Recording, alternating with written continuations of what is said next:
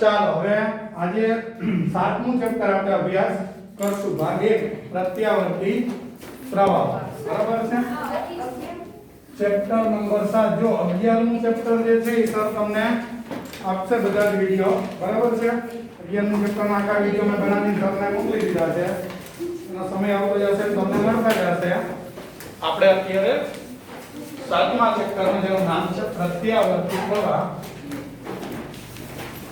એનો અભ્યાસ કરવાનો છે તો પ્રત્યાવર્તી પ્રવાહ આમ તો ગુજરાતી શબ્દ છે એનું નામ અલ્ટરનેટિંગ કરંટ ઇંગ્લિશમાં જેને તમે શોર્ટ ફોર્મમાં કહો છો એસી પ્રવાહ આજે એસી પ્રવાહ જે કહો છો એને ગુજરાતીમાં પ્રત્યાવર્તી પ્રવાહ કહેવાય એનો અભ્યાસ કરવાનો છે તો સૌથી પહેલો પ્રશ્ન જે આપણી ચેપ્ટરની આમ તો પ્રસ્તાવના રૂપે આપેલો છે પણ આપણે એને પ્રશ્ન તરીકે ભણીશું કે એસી અને જે ડીસી સિગ્નલ એસી અને ડીસી સિગ્નલ એટલે કે જે તરંગ મળે એસી અને ડીસી સિગ્નલ વચ્ચેનો તફાવત જણાવો તથા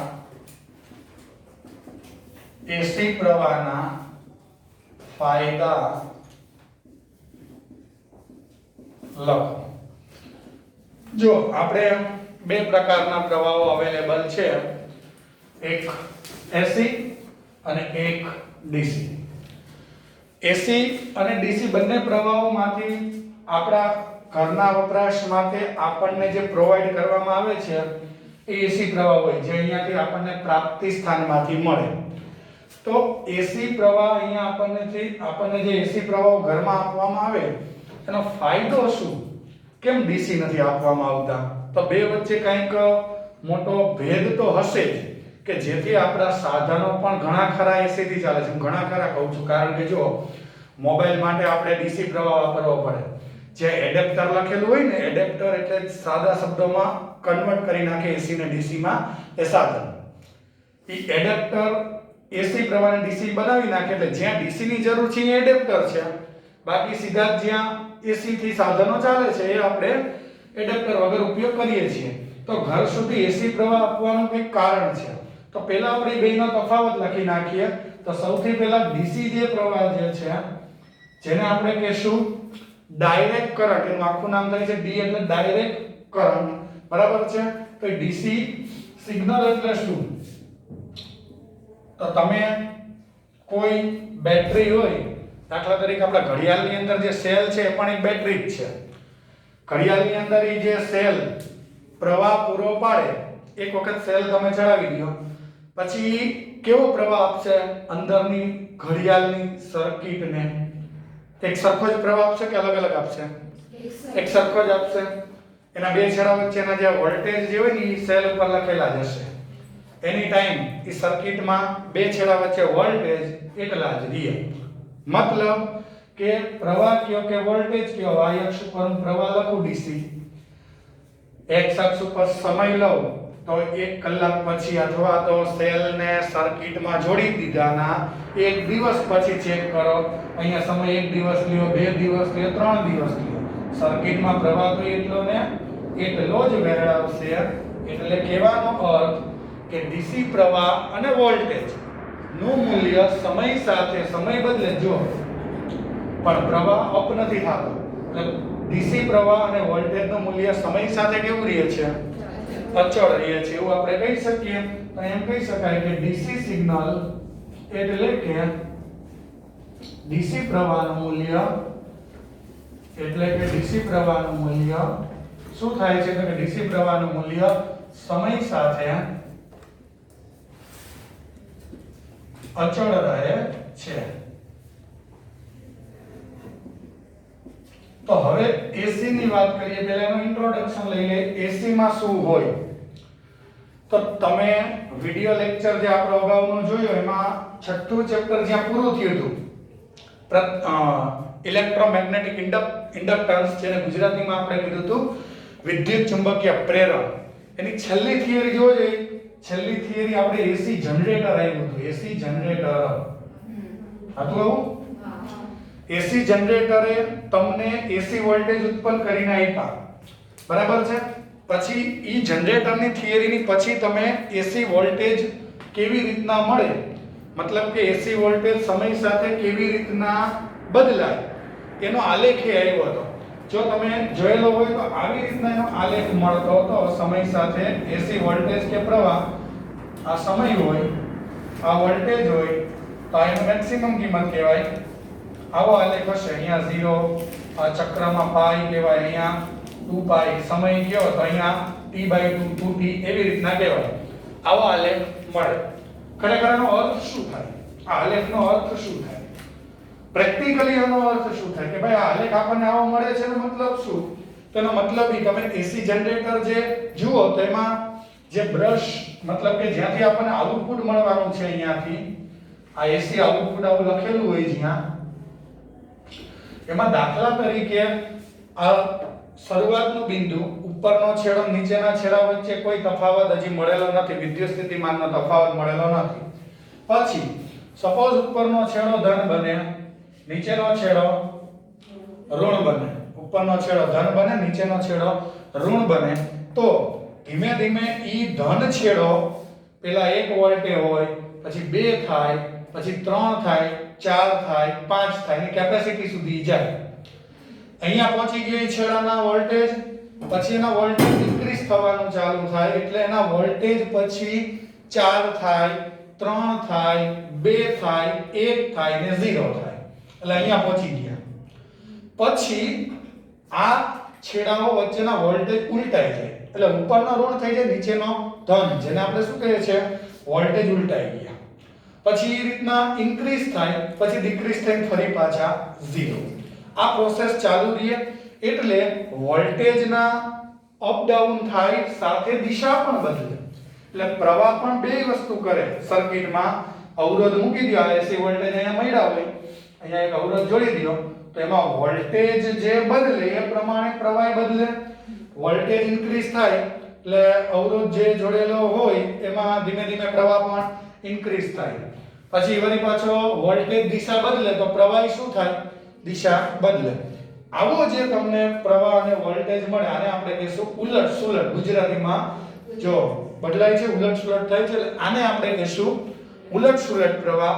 ઇંગ્લિશમાં કહીશું અલ્ટરનેટિંગ કરંટ, વિજ્ઞાનના શબ્દોમાં કહીશું પ્રત્યાવર્તી પ્રવાહ. આ બધા એકના જ નામ છે, બરાબર છે. એટલે આપણે આમ કહી શકીએ કે જે વોલ્ટેજ અને પ્રવાહનું મૂલ્ય સમય સાથે શું થતું હોય, જે વોલ્ટેજ અને પ્રવાહનું મૂલ્ય સમય સાથે શું થતું હોય, પ્રવાહનું મૂલ્ય સમય સાથે, તો કે સમય સાથે બદલાતું હોય,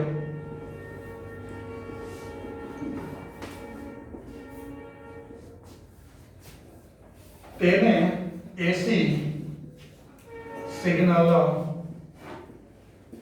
કહે છે, અથવા તો એસી પ્રવાહો કહે છે.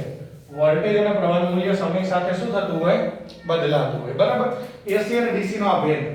હવે આ તો તમારી પાસે પ્રાઇમરી નોલેજ તરીકે આ વસ્તુ તો હોય જ. પ્રશ્ન અહીંયા એ વાતનો છે, એસી પ્રવાહનો બેનિફિટ શું? એસી પ્રવાહો ઘરમાં આપીએ છીએ એનો ફાયદો શું? બરાબર. તો જો એના ફાયદાના લીધે જ આપણે એસી પ્રવાહ જોઈ, તો પહેલી નજરે તમે જુઓ તો એમ લાગે કે સાહેબ કેવો સરસ ડીસી પ્રવાહ, કઈ ચિંતા જ નહીં, એક જ દિશામાં, બરાબર છે. આમ પહેલી દ્રષ્ટિએ ગમે તે જોવે ને તો એને એસી પ્રવાહ જરાય ન ગમે. સાહેબ આવું શું, આમ વધે ને ઘટે ને ઉલટાય ને આમ ને તેમ ને, અમારે તો આમાં તકલીફ પડે. પછી આમાં મુશ્કેલી શું પડે, આમાં જુઓ, આમાં આખા ચેપ્ટરમાં આપણે 3 વસ્તુ આવશે.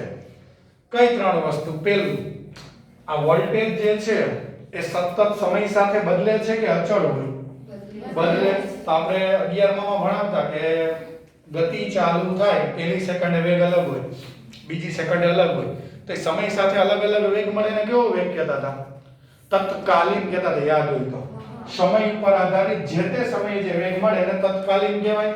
તો એવી જ રીતના આખા ચેપ્ટરમાં એસી માટેના ડેટામાં આપણે કહી શકીએ કે એસી માટે પહેલું તત્કાલીન વોલ્ટેજ મળે અને પ્રવાહ મળે, બરાબર છે.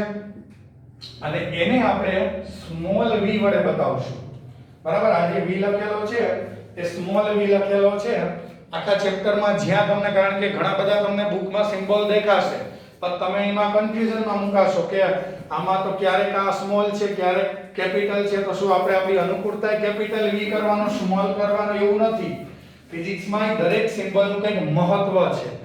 જ્યાં સ્મોલ v કરેલો હશે ને એનો મતલબ ઈ તત્કાલીન પ્રવાહ. તત્કાલીન એટલે જે તે સમયનો, બરાબર છે. જે તે સમય એટલે સર્કિટમાં આપણે આ એસી સર્કિટમાં વોલ્ટેજ આપ્યા, પછી 1 સેકન્ડે 2 સેકન્ડે 3 સેકન્ડે પ્રવાહ કે વોલ્ટેજ પૂછે તો એને કહેવાય તત્કાલીન વોલ્ટેજ. પહેલું આ મળે.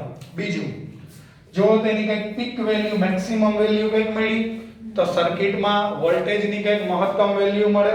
તો બીજા પ્રકારના એસી માં જે વોલ્ટેજ મળે જેને કહેવાય મહત્તમ વોલ્ટેજ. અને મહત્તમ વોલ્ટેજનો સિમ્બોલ છે v કરી અને બાજુમાં m લખવાનું, જે મેક્સિમમ ના શોર્ટ ફોર્મ ને લખેલું છે એવું દર્શાવે છે vm. એટલે પરિપથમાં વોલ્ટેજનું કંઈક મહત્તમ મૂલ્ય હોય. આ મહત્તમ કંઈક ફિક્સ હોય પણ એ મહત્તમ ય મળે. એટલે કોઈ તમને એમ પૂછે કે ભાઈ આ એસી વોલ્ટેજ લાગુ પડ્યા છે સર્કિટને તો 3 સેકન્ડે કેટલા વોલ્ટેજ હશે, તો એ બદલાવીને 3 સેકન્ડે કંઈક મળે તો એનો મતલબ એ શું પૂછે છે? તત્કાલીન વોલ્ટેજ પૂછે છે. કોઈ એમ કહે કે મહત્તમ કેટલા થયા તો એનો મતલબ શું થયો કે એ શું પૂછી રહ્યા છે? vm પૂછી રહ્યા છે. હવે ત્રીજું, હું તમને એમ પૂછું કે પરિપથ ના ખાલી એમ કહો કે વોલ્ટેજ કેટલા, તો તમે શું જવાબ આપશો? સરેરાશ તમે લેવા જાવ તો ધન અર્ધ ચક્ર ઋણ અર્ધ ચક્ર બે નાબૂદ થઈ જાય તો 0 આવે સરેરાશ. તો સરેરાશની વેલ્યુ ઓલવેઝ 0 થઈ જાય છે. તો શું કરવું આ પરિસ્થિતિમાં? મેં પૂછ્યા, હું તમને એમ પૂછું, ફિઝિક્સની તમારી પરીક્ષા લઉં દર રવિવારે એક પેપર 100 માર્કનું લઉં, કોક વાર 95 માર્ક આવે, કોક વાર 92 આવે, કોક વાર 85 આવે, કોક વાર 70 આવે. હું પૂછું કેટલા માર્ક આવ્યા મહિનો પૂરો થાય પછી, તો તમે શું જવાબ આપો? તો સરેરાશ. પણ આમાં તો તકલીફ પડે છે, સરેરાશ તો નથી લઈ શકાતું. તો યાદ હોય તો વાયુનો ગતિવાદ ચેપ્ટર ધોરણ 11 નું વાયુનો ગતિવાદ ચેપ્ટર, એમાં આપણે અણુઓ જે ગતિ કરતા હતા એક સાથે ઘણા બધા, તો એનો સરેરાશ લેવા માટે આપણે બીજી રીત ફિઝિક્સમાં શોધેલી હતી. પહેલા વર્ગ કરતા હતા, પછી એનું સરેરાશ લેતા હતા અને પછી એનું વર્ગમૂળ લેતા હતા, જેને આપણે નામ આપેલું હતું RMS, રૂટ મીન સ્ક્વેર. એમ આમાંય સરેરાશ એ રીતના લેવું પડે. એટલે ત્રીજા વોલ્ટેજ આપણે આ એસી માં આવશે RMS વોલ્ટેજ, જેને આપણે દર્શાવશું Vrms વડે. અને આખા ચેપ્ટરમાં કંઈ પણ રકમમાં તમને એમ કે એક પરિપથમાં લાગુ પાડેલ એસી વોલ્ટેજ 230 છે, તો કોઈએ મૂંઝાવાનું નહીં કે સાહેબ 230 કીધા છે તો આપણે કયા ગણવાના? 3 વોલ્ટેજ આવે એસી માં, જે તે સમયના આવે, મહત્તમ આવે ને RMS આવે, તો આપણે કયા ગણવાના? તો કઈ ન કીધું હોય ને એટલે વોલ્ટેજ RMS હોય. જો એને મહત્તમ દેવા હશે ને તો ચોખવટ કરશે કે પરિપથના મહત્તમ વોલ્ટેજ આ છે, તો આ મહત્તમ, બરાબર છે. બાકી આના સમીકરણની તારવણીમાં તત્કાલીનની જરૂર પડશે. બાકી દાખલા લેવલે આ બે વોલ્ટેજ આપણે વારંવાર આવશે. એટલે કહેવાનો મતલબ એસી વોલ્ટેજમાં આવા અલગ અલગ 3 મૂલ્ય મળે, ડીસી માં તો એવી કાંઈ ચિંતા નહીં. આમાં 3 અલગ વોલ્ટેજ તો એ વખતે 3 પ્રવાહી મળે. તો આ પ્રાઇમરી દ્રષ્ટિએ તમે જુઓ તો આ તમને અઘરો વોલ્ટેજ લાગે, તો સાહેબ એના કરતા તો આ કેવું બેટર છે, કઈ ચિંતા જ નહીં, V બરાબર IR, ગમે ત્યારે પ્રવાહ મળી જાય, એક જ વેલ્યુ. તો પછી આ એસી જે છે એનો ઉપયોગ જે છે એ શા માટે એટલો બધો છે? બરાબર છે. એસી નો ફાયદો શું? તો જો એના ફાયદાની વાત કરું, બહુ સરસ એના ફાયદા છે કે જેથી તમને ખબર પડે કે એસી શા માટે આપણે વાપરીએ છીએ. આપણે અહીંયા ક્લાસરૂમમાં વિદ્યુતનો ઉપયોગ જે છે એ કરીએ છીએ. હવે આપણે વિદ્યુત ખરેખર અહીંયા બનાવીએ છીએ? અહીંયા ક્યાંય આપણે ક્યાંય કોલસાનું કે પાવર સ્ટેશન ધાબા ઉપર તો મૂક્યું નથી ને, તો વાંધો નહીં. તો પાવર સ્ટેશન આપણે જનરલી, મને ખબર છે બાળકોને પહેલેથી પાવર સ્ટેશનનું નામ આવે એટલે કેસેટ મગજમાં ચાલુ થાય, તુવાર ને વણાક બોરી આવું કંઈક મગજમાં હોય. અહીં સાચું છે ને, એ પાવર સ્ટેશન જ છે. પાવર સ્ટેશન એટલે જ્યાંથી વિદ્યુત બને ત્યાં, એ જગ્યા. હવે પાવર સ્ટેશનમાં બનેલો વિદ્યુતને શહેરમાં અને ઉદ્યોગોમાં પહોંચાડવામાં આવે, બરાબર છે. હવે એ જે પાવર સ્ટેશનમાં બનેલો હોય પાવર, એ પાવર એક વખત તમે પાવર સ્ટેશન હોય ને દરેકની કંઈક કાર્યક્ષમતા હોય. કાર્યક્ષમતા એટલે કે ભાઈ આ પાવર સ્ટેશન છે એ 1 સેકન્ડમાં કેટલી ઉર્જા ઉત્પન્ન કરે છે એને કહેવાય એની કાર્યક્ષમતા. બીજા શબ્દોમાં કાર્યક્ષમતાને ફિઝિક્સ કહે છે એનો પાવર. હું એક ઉદાહરણ આપું. દાખલા તરીકે મેં એક પાવર સ્ટેશનની મુલાકાત લીધી. એનો 300 વોટની ઉદાહરણ આપું છું. 300 વોટની એની પાવર હતો. 300 વોટનો એનો મતલબ શું? એટલે વોટ એટલે 1 સેકન્ડમાં 300 જૂલ ઉર્જા પડી. હવે અહીંયા 300 જૂલ એને ઉર્જા 1 સેકન્ડમાં ઉત્પન્ન કરી. હવે મારી ઈચ્છા એવી છે કે ઉર્જા 600 જૂલ થઈ જવી જોઈએ. મારે બીજું કાંઈ નહીં, 600 જૂલ થઈ જવી જોઈએ. તો ફિઝિક્સના નિયમ પ્રમાણે શક્ય છે 300 માંથી 600 કંઈ કર્યા વગર? ઉર્જા સંરક્ષણનો નિયમ તો નથી કહેતો કે ઉર્જાનું સ્વરૂપ બદલે, બાકી બમણા અને 3 ગણા મૂલ્ય મફતમાં ન થાય. ક્યાંક બીજી ઉર્જા આવે તો અલગ વાત છે. એ તો કઈ છે ને એકવાર બની ગઈ પછી એમ કીધું ગાલભાઈ બમણી થઈ જાય તેમ થઈ જાય? એ તો શક્ય નથી. એટલે પહેલા હું તો એમ કહું છું કે પાવર સ્ટેશનમાં ઉત્પન્ન થયેલ પાવર એટલે કે વિદ્યુત નો વપરાશ જુદી જુદી જગ્યાએ હોય, વપરાશ જુદા જુદા સ્થાને થાય, એટલે કે શહેરમાં, ઉદ્યોગોમાં વગેરે. હવે આજે તમને વિદ્યુત ઉત્પન્ન થયો એનો પાવર એક એવો હોય, ઉત્પન્ન થયેલો હોય ત્યાં બની ગયા પછી એનો પાવર તો કોઈ બદલે નહીં. એટલે એક વખત વિદ્યુત ઉત્પન્ન થઈ ગયા બાદ તેનો પાવર વિદ્યુત ઉત્પન્ન થયા બાદ તે સ્થાને તેનો પાવર જે છે કેવો મળે આપણને? તો કે અચળ. એટલે કોઈ એને ત્યાં ને ત્યાં બમણો ને એવી રીતના કંઈ કર્યા વગર ન થઈ શકે. ઉત્પન્ન થયા બાદ તેનો પાવર અચળ રહે. એક વખત કોઈ સ્થાને તમારે વિદ્યુત ઉત્પન્ન થયો, બરાબર છે? તો વિદ્યુત ઉત્પન્ન થયા બાદ તેનો પાવર જે છે એ અચળ રહે. એટલે કહેવાનો મતલબ કે કોઈ સીધો બમણો તો નહીં કરી શકે. હવે જોજો, P પાવર નું સૂત્ર આવી લખાય IV, બરાબર છે? આ તો જૂનું સૂત્ર છે.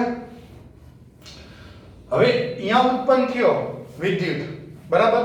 હવે જો હું સીધો જ AC ને સીધો જ જો હું વહેડાવું તારમાં, તો એવો તો કોઈ આ દુનિયામાં તાર નથી કે જેનો અવરોધ 0 હોય. કોઈ તાર એવો નથી. તારને અવરોધ તો હોય. તો તમે વિચારો, હું જો તારમાં પ્રવાહ વહેડાવ તો I2R મુજબ જૂલ ઉષ્મા મળે. I2R મુજબ જૂલ ઉષ્મા મળે. તો ત્યાંથી લઈને અહીંયા કિલોમીટરો સુધી લાંબા તાર હોય આપણા ઘર સુધી. તો રસ્તામાં તો ઉર્જાનું રૂપાંતરણ શેમાં થતું જાય? વિદ્યુતમાંથી ઉષ્મામાં રૂપાંતરણ તો શક્ય છે. એનો મતલબ બહીના પછી વહેડાવો તો પાવર ઘટવાનો છે, ઉર્જા ઘટતી જાય, બરાબર છે? જો સીધો તમે વહેડાવો તો પછી અહીંયા પહોંચે તો 95% 90% લોસ થઈ જાય. તો આપણી મહેનત પાણી ગઈ ને તો શું ફાયદો? જે કામ કરવામાં 5% નો ફાયદો એ કામ કોઈ કરે? તમે આટલી મહેનત કરો ને હું એમ કહું ભાઈ તમારે જે છે ફિઝિક્સમાં 5 જ માર્ક આવશે, ગમે એટલું વાંચો છો, તો સાહેબ આવો કોણ ધંધો કરે? તો આપણે આવું કાંઈ કરવાનું જ નથી થતું, બરાબર? મહેનત તો ફૂલ કરી હોય ને આ સાહેબ તો પોસિબલ છે.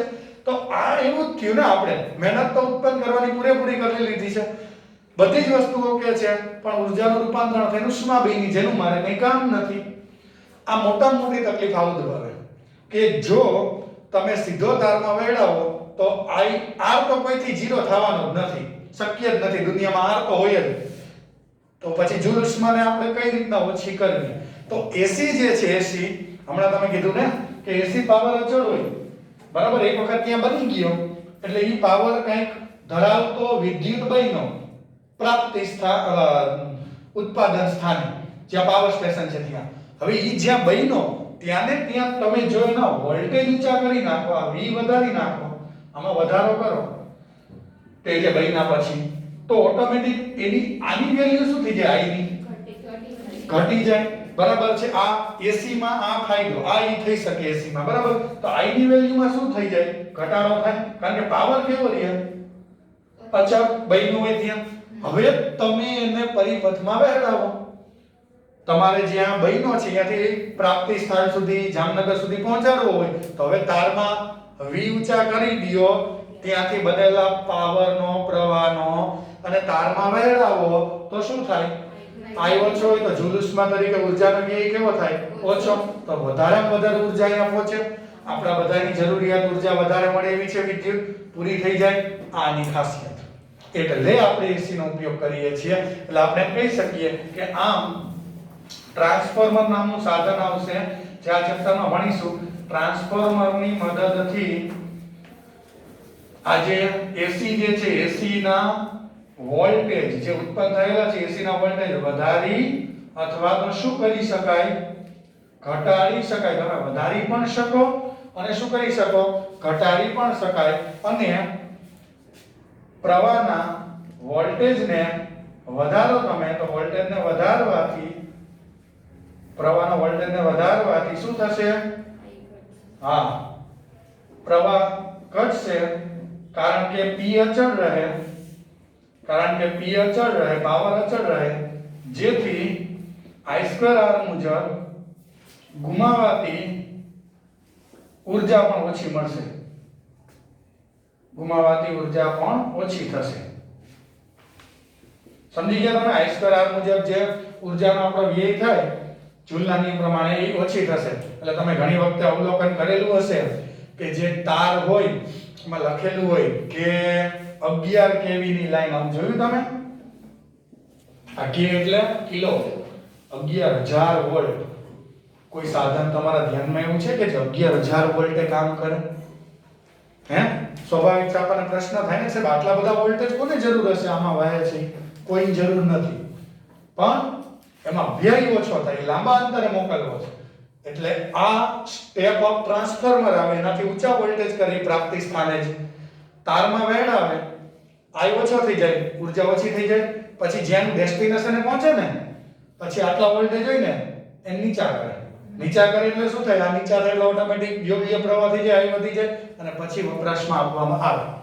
એટલે જૂલ ઉષ્મા તરીકે આ પાવર ઓછો બગાડે એટલે AC નો ઉપયોગ છે. બીજો AC નો મોટામાં મોટો ફાયદો, તમે DC જે છે DC ની બેટરીનો તમે ક્યારેક પ્રાઇસ પૂછજો. મોબાઈલની નાની બેટરી લેવી 5 વોલ્ટ હોય, બરાબર છે? ગાડીની તો બેટરી દૂરની વાત છે, આપણી જે ઘણા બધા સાધનો આવી તો એની તમે બેટરી લ્યો ને તો એની બેટરીનો પ્રાઇસ બહુ ઊંચા હોય, કારણ કે અંદર જે પાવર સ્ટોર કરવા માટે એમાં જે રસાયણો જોઈએ ને બધાનો ખર્ચ લાગે. તો એનો મતલબ શું થયો? DC પ્રવાહ કેવો પડે? મોંઘો પડે, ખર્ચાળ પડે. તો એ પણ એક બીજો એનો જે છે ડ્રોબેક છે કે એ આપણને કેવો છે? મોંઘો લાગે છે. જ્યારે આ કેવો છે? સસ્તો થઈ જાય ને. ક્યાંય આપણે ક્યાંય બીજો ખર્ચ નહીં, સીધો બને કોલસાને જ ખાલી સળગાવવાનો. અને એમાંય જો રિએક્ટર થી ન્યુક્લિયર રિએક્ટરમાં એમાં આપણે ભણાવ્યું કે એનાથી બને તો હજી સસ્તો પડે. એટલે આ સસ્તો પડે એટલે આનો ઉપયોગ છે. ઓકે, તો આ આપણો પ્રસ્તાવનાનો આ પહેલો પ્રશ્ન. એટલે આપણે AC ચેપ્ટર આમાં ભણવાનું છે. આના ફાયદાના લીધે AC વિશેની આખી માહિતી લેવી છે. AC માં DC માં ઘણા બધા ભેદ રહી જાય. ઘણી ખરી જગ્યાએ AC અને DC માં ભેદ આવે છે. એટલે કઈ જગ્યાએ કયા સૂત્ર લાગે ને એની માટે આખું આ AC પ્રવાહો ચેપ્ટર આપણને આપેલું છે. બરાબર છે? કમ્પ્લીટ આટલું. તો આપણે બીજો ટોપિક ભણીએ જેનું નામ છે અવરોધ. ને હવે આપણે એક કામ કરીશું, એક એક ઘટક લેતા જશું. એટલે અવરોધ લેશું, પછી કેપેસિટર લેશું, ઇન્ડક્ટર લેશું, એને AC વોલ્ટેજ આપશું, પછી એની વર્તણૂક ચેક કરશું. વર્તણૂક ચેક કરી અને આપણે એ જાણવું છે. દાખલા તરીકે તમારા બધાના મગજમાં એક કન્સેપ્ટ હશે. ત્રીજું ચેપ્ટર આપણે ભણાવ્યું તેમાં એવું કીધું હતા કે અવરોધ હોય, અવરોધ જોયે ને તમે? 3 અવરોધ હોય, એકને વોલ્ટેજ V1 હોય, એકને V2 અને એકને V3 હોય, બરાબર? V વોલ્ટની બેટરી આરે જોડેલું હોય, બરાબર? તો V વોલ્ટની બેટરી આરે એને જોડો તો ટોટલ વોલ્ટેજ V1 V2 અને V3 કરો કેટલા આવે? સરવાળા જેટલા જ આવે. કુલ વોલ્ટેજ V બરાબર શ્રેણીમાં હોય તો V1 V2 V3. તો સર સિમ્પલ નિયમ છે, શ્રેણીમાં 3 અવરોધ, એના વોલ્ટેજ V1 V2 V3 તો ટોટલ આવે. હવે અહીંયા એવું આવશે, દાખલા તરીકે હું અવરોધ લઉં, કેપેસિટર લઉં, ઇન્ડક્ટર લઉં, એને શ્રેણીમાં જ જોડીશ, V વોલ્ટેજ સાથે જ જોડીશ, બધાયના ઘટકો વચ્ચેના વોલ્ટેજ શોધીશ, સરવાળો કરું તો કુલ જેટલા નહીં આવે. તો એવું કેમ? શ્રેણીમાં છે તો સરવાળો જ કરવાનો હોય ને. એની માટે શરૂઆતના આપણે ટોપિક ભણીશું કે એમાં વોલ્ટેજ અને પ્રવાહ વચ્ચે કંઈક કડા તફાવત હોય. એટલે શરૂઆતનું તમે બરાબર જોજો કે કેમ કડા તફાવત ને શું. તો આપણે પહેલો પ્રશ્ન એ છે કે અવરોધને તમે એસી વોલ્ટેજ લાગુ પાડો, બરાબર, પછી એસી વોલ્ટેજ લાગુ પાડો તો તમને અવરોધને એસી વોલ્ટેજ લાગુ પાડવાથી ક્વેશ્ચન આપણો એ છે અવરોધને એસી વોલ્ટેજ લાગુ કરતા અથવા તો લાગુ પાડ્યા બાદ વોલ્ટેજ અને પ્રવાહના સમીકરણ લખો. પછી તથા આલેખ દોરો. બરાબર, તમે એક પરિપથ લ્યો જેમાં અવરોધ લ્યો એને એસી વોલ્ટેજ લાગુ પાડો, બરાબર, અને એના આપણે સમીકરણો પહેલા લખીએ. તો જુઓ, આ દાખલા તરીકે જો એસી હંમેશા શું હોય, પ્રાપ્તિ સ્થાન હોય. એટલે શું કહેવાનું કે એક અવરોધને સર્કિટનું આપણે વર્ણન કરીએ તો લખવાનું કે આ એક અવરોધ છે. એક અવરોધને એસી પ્રાપ્તિ સ્થાન સાથે જોડેલ છે, બરાબર, આવું કહેવાનું. અવરોધ છે આ એસી પ્રાપ્તિ સ્થાન સાથે જોડેલ છે. હવે જો આખા ચેપ્ટરમાં હું આની ચિંતા નહીં કરું, આના સમીકરણની. કેમ? આ શું છે? એસી પ્રાપ્તિ સ્થાન. આની કેમ ચિંતા નહીં કરવાની? હા, એનું કારણ એ છે એસી જનરેટરે જે વોલ્ટેજ બનાવ્યું છે એનું સમીકરણ આપણે અગાઉ ભણી ગયા છીએ ને. છઠ્ઠા ચેપ્ટરમાં મેં કીધું એસી જનરેટરે જો જે છઠ્ઠા ચેપ્ટરમાં સમીકરણ હતું કે એસી વોલ્ટેજનું જે જનરેટર ઉત્પન્ન કરી વોલ્ટેજનું સમીકરણ હતું લગભગ 6.22 નંબરનું સમીકરણ જોવો જોઈએ. 6.21 ને 22 6.20 હા 1 2 જે છે એમાં 2 ખાસ જુઓ તો બે એકબીજાના પર્યાય સમીકરણ જ છે. તો આવું સમીકરણ જે છે એનો મતલબ એમ કહી શકાય કે આકૃતિમાં એટલે ઈ વોલ્ટેજ જો ઉદ્ભવેલા છે ને એ ફિક્સ, બરાબર છે. એનું સમીકરણ તો તત્કાલીન વોલ્ટેજ આ પરિપથને જે લાગુ પાડો એ જનરેટરમાં જ આપણે જે ઉત્પન્ન થયા છે વોલ્ટેજ ઈ જ આ વોલ્ટેજ આને આપ્યા છે, બરાબર છે, ઉત્પન્ન થયા. એટલે ઈ જે સમીકરણ મુજબ વોલ્ટેજ બદલે એ જ વોલ્ટેજ આ છે. એટલે લાગુ પાડેલ વોલ્ટેજનું આખા ચેપ્ટરમાં સમીકરણ આપણે એ જ રાખીશું. કયું? તો કે આકૃતિમાં એક અવરોધને એસી પ્રાપ્તિ સ્થાન સાથે જોડેલ છે.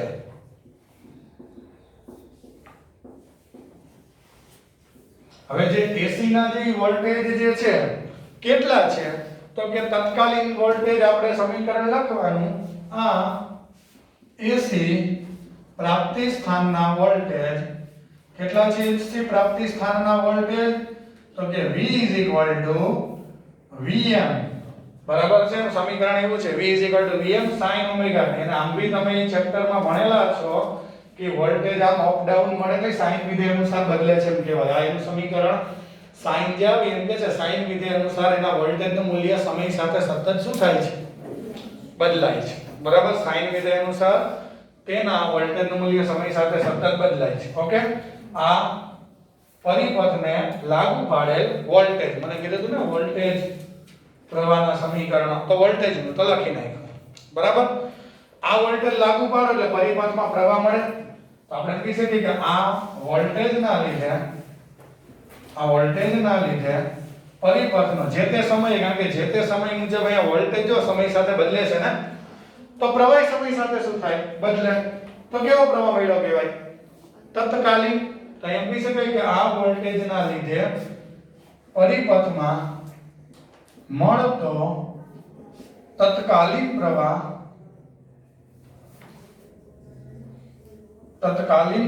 I અથવા તો I હોય તો ચાલો તો પ્રવાહ કેટલો હોય? તો અવરોધ જોડેલા પરિપથમાં તો આપણે ફિક્સ છે ને પ્રવાહ. કયા સમીકરણ અનુસાર મળે? વોલ્ટેજ ગુણ્યા અવરોધ. સોરી, V બરાબર I આ સમીકરણ આપણે મૂકીએ તો I ને કરતા બનાવીએ હમણાં આપણે. તો આપણે એમ કહી શકીએ કે વોલ્ટેજ આ V હોય, પરિપથમાં તે વખતે પ્રવાહ I હોય તો V IR. આવા ઇક્વેશન ને આપણે જાણીએ છીએ, બરાબર છે, કે વોલ્ટેજ V લાગુ પાડો અવરોધ R હોય તો I ગુણ્યા R ને આપણે પરિપથના પ્રવાહ તરીકે ઓળખીએ. હવે આમાંથી પ્રવાહને અથવા તો આ વેલ્યુને અહીંયા આપણે મૂકી દઈએ. પરિપથના વોલ્ટેજ V બરાબર પ્રવાહ ગુણ્યા અવરોધ લખાય તો અહીંયા આપણે લખીએ અને સમીકરણ 1 આપીએ. આ કિંમત સમીકરણ 1 માં મૂકતા ચાલો મૂકી દો. આ કિંમત સમીકરણ 1 માં મૂકી દો તો શું થશે જોજો તમે ધ્યાનથી. આ કિંમતના સમીકરણ 1 માં મૂકી દો તો IR is equal to Vm sin omega t. હવે આપણે I નું સમીકરણ જે છે R ને છેદમાં જવા દો. બરાબર છે? તો R ને છેદમાં જવા દો તો શું આવશે? I is equal to Vm upon R sin omega t. હવે આને ધ્યાનથી જુઓ જોઈએ. મહત્તમ વોલ્ટેજના છેદમાં અવરોધ પરિપથના મહત્તમ વોલ્ટેજ થાય ત્યારે પ્રવાહી કેવો થઈ જાય? મહત્તમ જ થઈ જાય. તો જ્યારે અહીં એમ કહી શકીએ કે પરિપથ માટે પ્રવાહ મહત્તમના I એમ કહું તો એનું સૂત્ર મહત્તમ વોલ્ટેજના છેદમાં અવરોધ જેટલા થાય. બરાબર છે? જ્યારે પ્રવાહ મહત્તમ જ્યારે વોલ્ટેજ મહત્તમ તો એનો મતલબ આની જગ્યાએ I એમ લખી નાખું. તો I બરાબર શું સૂત્ર બન્યું? I બરાબર Im sin omega t. Okay? તો આ તમને પરિપથનું શેનું સૂત્ર મળ્યું? પ્રવાહનું. આપણને કીધું હતું સમીકરણ મેળવો પ્રવાહ અને વોલ્ટેજનું. હવે અહીંયા એક વસ્તુ અવલોકન કરો. અહીંયા ખૂણો જુઓ અને અહીંયા જુઓ. બે જગ્યાએ સરખો છે કે અલગ અલગ છે? અહીંયા શું દેખાય છે? ઓમેગા. અહીંયા શું દેખાય છે? એનો મતલબ શું થયો? સરખો ખૂણો એટલે કડા પણ સરખી. બરાબર? આ કડાનું એટલે વાત દર વખતે કરીશ. આ કડા ખાસ યાદ રાખજો કારણ કે અલગ અલગ ઘટક માટે અહીંયા જો મેં પ્રવાહનું સમીકરણ સાબિત કર્યા પછી આ મળ્યું. દરેક વખતે આવું સાબિત કરશું. કેપેસિટરનો વારો આવશે એમાંય સાબિત કરશું. ઇન્ડક્ટર જેને આપણે આગલા ચેપ્ટરમાં ભણી ગયા હતા ને ઇન્ડક્ટન્સ હોય સોલેનોઇડ જેને ઇન્ડક્ટર કહી શકાય એની માટે પણ આવું કંઈક સમીકરણ બનાવશું. પછી આ ખૂણાનું અવલોકન કરવાનું. જો તમને આના કરતા આ તો ફિક્સ જ રહેશે લાગુ પાડેલ વોલ્ટેજ. આના કરતા અહીંયા કંઈક અલગ આવે તો જેટલો અલગ આવે એ બે વચ્ચેનો શું કહેવાય? કડા તફાવત. એનો મતલબ એમ કે આમાં તો એવું થયું કે કડા સરખી એટલે આને આમ દેશી ભાષામાં શું કહેવાય? કડા સરખી એટલે કે પરિપથમાં જ્યારે વોલ્ટેજ મહત્તમ એટ ધેટ ટાઈમ પ્રવાહ મહત્તમ. કડા સરખીનો મતલબ આ. બરાબર? પછી 90 ડિગ્રીનો તફાવત આવશે ને એનો આલેખથી સમજાવીશ. તફાવત એટલે શું? વોલ્ટેજ મહત્તમ થાય તો ત્યારે પ્રવાહનું શું એ આપણે ભણીશું. પણ અત્યાર પૂરતે આપણે શું લખીશું કે અહીં પ્રવાહ અને જે વોલ્ટેજ જે છે એ વોલ્ટેજ વચ્ચેનો જે કડાનો તફાવત જે છે કડા તફાવત શૂન્ય છે. આ ખાસ યાદ રાખજો. બરાબર છે? જે આપણને એમસીક્યુ લેવલે કામ આવશે. બરાબર છે? તો આપણે આની માટેનો આલેખ તૈયાર કરવો છે. બરાબર?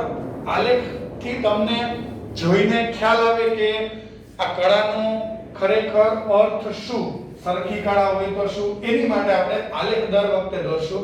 આલેખ જે હું દોરું છું ખાસ જોજો કઈ રીતના દોરું છું. આ દાખલા તરીકે બે અક્ષ છે. બરાબર છે? હવે વોલ્ટેજનો પહેલા આલેખ હું દોરું તો સિમ્પલ આ સમય છે t, આ વોલ્ટેજ છે v. બરાબર? સોરી આપણે વોલ્ટેજને આપણે બેયને એક સાથે જ આલેખ દોરીએ. આ શેનું મૂલ્ય બતાવે છે. હવે જો વોલ્ટેજ અને પ્રવાહ સરખી કડામાં એટલે બે મહત્તમ. પણ મને એક ક્વેશ્ચન છે કે વોલ્ટેજની મહત્તમ કિંમત દાખલા તરીકે 300 થાય તો શું પ્રવાહની મહત્તમ કિંમત 300 જોઈએ કે એવું નહીં? એવું નહીં ને. કેમ? કારણ કે સમીકરણ એવું કહે છે કે મહત્તમ પ્રવાહ હોય એનો મતલબ વોલ્ટેજ ડિવાઇડેડ બાય R હોય એટલો. એટલે જો R ની કિંમત 1 કરતા મોટી હોય, જનરલી અવરોધ તો હોય 0 તો હોય નહીં, તો એનો મતલબ વોલ્ટેજ જે છે એના કરતા પ્રવાહ જે છે આપણે 1 કરતા મોટો અવરોધ પરિપથનો ધારીએ એટલે પ્રવાહ કેવો મળ્યો કહેવાય? નાનો મળ્યો કહેવાય હાઈટમાં. તો આપણે એક કામ કરીએ કે એને સેજ વોલ્ટેજની મહત્તમ વેલ્યુથી નીચે દોરીએ, બાકી થાશે તો બે સાથે જ મહત્તમ. એટલે સરખી કળાનો અર્થ કે જો આ ટપકા વડે પ્રવાહ બતાવ્યો તો અહીંયા જો એનું મૂલ્ય મહત્તમ થઈ ગયું પ્રવાહનું, પણ હાઈટ સેજ ઓછી રહી કારણ કે અવરોધ મોટો છે એટલે પ્રવાહ વોલ્ટેજ થી કેવી કિંમત ધરાવે? ઓછી. મહત્તમ એને પૂર્તિ થઈ ગઈ પણ વેલ્યુ વોલ્ટેજ જેટલી ન હોય, એનાથી r જેટલી હોય, r માં ભાગની. પછી વોલ્ટેજ ગયો તો પ્રવાહ ગયો, વોલ્ટેજ 0 તો પ્રવાહ પણ 0. બરાબર? આ સરખી કરા. વોલ્ટેજ ઉલટાવી દિશામાં મહત્તમ એટલે પ્રવાહી દિશા બદલાવી, પહેલા આમ વહેતો હોય તો હવે આમ વહે, અને એ પણ કેવો થાય? મહત્તમ. જેમ વોલ્ટેજ મહત્તમ થાય એટલે પ્રવાહ પણ કેવો થાય? મહત્તમ. બરાબર? કારણ કે કેવી કળામાં છે? સરખી. સરખી કળાનો મતલબ જ આ કે એક મહત્તમ થાય તો બીજી મહત્તમ. ચાલો, વોલ્ટેજ 0 થયો તો આ પણ કેવું થયું? 0. પછી વળી પાછું ઓલું મહત્તમ થાય વોલ્ટેજ તો પ્રવાહ પણ મહત્તમ, ના 0. આ બે વચ્ચેનો આલેખ, અને ખાસ બ્લેક માર્કર થી દોરેલો આલેખ શું બતાવે છે? વોલ્ટેજ. બરાબર છે? બ્લુ માર્કર થી દોરેલો આલેખ શું બતાવે છે? પ્રવાહ. બરાબર? તો અહીંયા આપણે એમ કહી શકીએ કે અહીં વોલ્ટેજ અને પ્રવાહ બંને સરખી કળામાં છે. બરાબર છે? સરખી કળામાં છે એટલે કળામાં કોઈ આગળ નથી, કોઈ પાછળ નથી. જે વખતે વોલ્ટેજ મહત્તમ એ વખતે પ્રવાહ પણ કેવો? મહત્તમ થાય. ઓકે? જોઈ લો.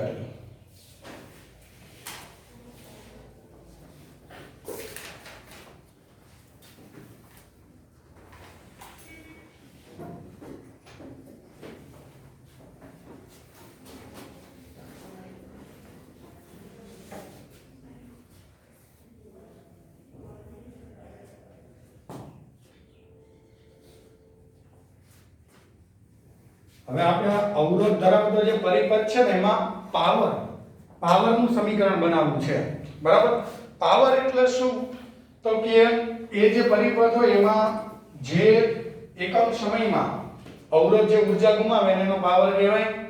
તો આની માટે આપણે પાવરના સમીકરણ ડીસી માં તો બનાવ્યા હતા જ. બરાબર છે? ત્રીજા ચેપ્ટરમાં. તો અહીંયા એનું સમીકરણ એસી માં કેવું આવે? તો પાવરમાં પણ વેરાયટી મળે. કેવી? દાખલા તરીકે જે તે સમયે પ્રવાહ હોય અને એ વખતે કંઈક વોલ્ટેજ હોય જેને તત્કાલીન કહો છો, તો જે વખતે પ્રવાહ તે વખતે કંઈક વોલ્ટેજ અને એના ઉપરથી પાવર મળે તો એ તો કયો પાવર કહેવાય? તત્કાલીન કહેવાય. બરાબર છે? પછી આપણે પાવરના મૂલ્ય જે મૂલામાં વોલ્ટેજના અને પ્રવાહના મળે એમ તત્કાલીન મળે તો સાથે કયા મળી શકે? પછી સરેરાશી મળે. બરાબર છે? અને જનરલી સર્કિટમાં એવરેજ કેટલી જે છે ઊર્જા કરતા એ જ કહેવાની હોય. 1 સેકન્ડ 2 સેકન્ડ તો એમાં કઈ કામની નહીં. હા, વોલ્ટેજ આપણે 1-2 સેકન્ડે જાણીએ બરાબર છે, બાકી પાવર તો એવરેજ જ કહેવાનું હોય ને કે ભાઈ એવરેજ કેટલી ઊર્જાનો ખર્ચ થયો. તો આપણે સર્કિટ આવી ભણી લીધા પછી દર વખતે એ પરિપથ માટે શું ભણાવશું? પાવર. બરાબર છે કે ભાઈ આ પરિપથ માટે પાવરની જે છે એ વેલ્યુ કેટલી? બરાબર છે? પાવરની વેલ્યુ એટલે કે એ પરિપથ માટે પાવરનું સમીકરણ શું? તો પહેલા આપણે પાવરના તત્કાલીન પાવરની કિંમત શોધીશું અને પછી કયા શોધીશું? સરેરાશ. બરાબર છે? એવું આપણે કરીશું. બરાબર છે?